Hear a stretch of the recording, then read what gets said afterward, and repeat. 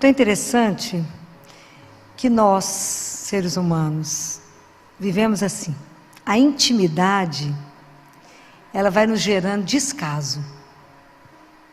Você fica louca para encantar aquele menino, aquele moço, louca. Depois que laçou o rapaz e vice-versa, aquela intimidade, aquele fato dele te amar, já não te encanta mais. Isso é uma coisa que a gente tem que ter cuidado nas relações, é a questão da intimidade, né? A intimidade, ela gera, às vezes, descaso. Fala, me ama. Assim é a gente com Deus. A sensação que eu tenho que as grandes verdades reveladas vai gerando um certo descaso, assim, talvez a gente não tome consciência da beleza desse mistério que significa um Deus que nos ama.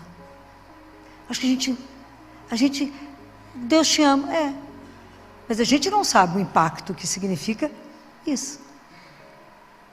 Então, talvez a gente despreze, talvez a gente ainda busque os amores onde eles não estão.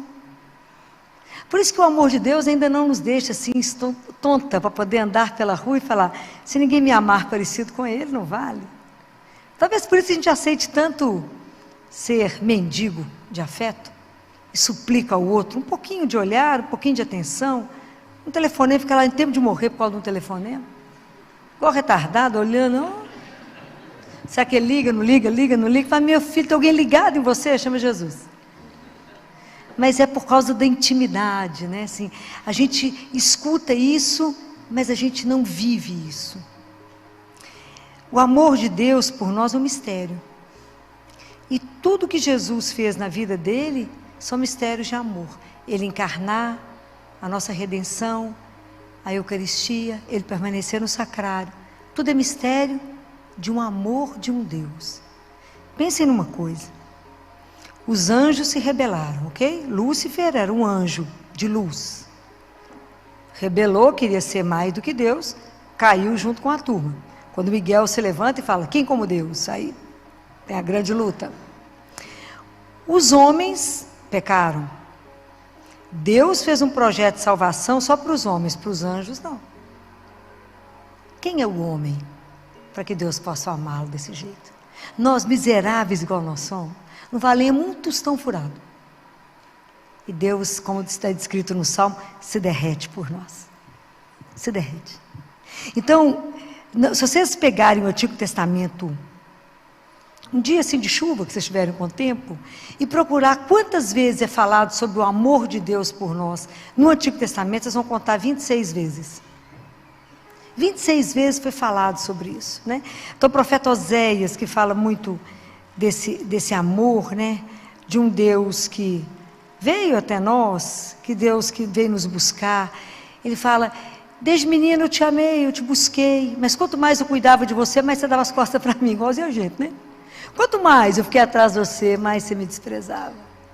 É aquela predileção dele por Israel. E Deus tentou falar de todas as formas, né? Ele fala em Ezequiel, né, que eu mesmo vou cuidar do meu rebanho, eu mesmo, ele fala, eu vou buscar a ovelha que estiver perdida. Você já se sentiu perdido alguma vez? Tem sensação absoluta que me carregou no ombro. Eu vou reconduzir aquela que estiver desgarrada, eu vou pensar, eu vou cuidar daquela que estiver quebrada, fraturada, vou restaurar aquela que estiver abatida. Quanto aquela que estiver gorda, vigorosa, eu vou guardá-la. Esse amor de Deus é uma coisa tão alucinada que ele é para todos e para cada um. Deus não fatia assim um pedacinho para cada um, não. O amor que ele tem é inteiro por cada um. É como se cada um de nós fosse o filho ou a filha única de Deus. O dia que a gente tomar a dimensão disso, ninguém vai nos suportar. Já falei isso com vocês inúmeras vezes. Ninguém vai suportar. Porque quem é seu pai? Deus. De quebra. Todo poderoso.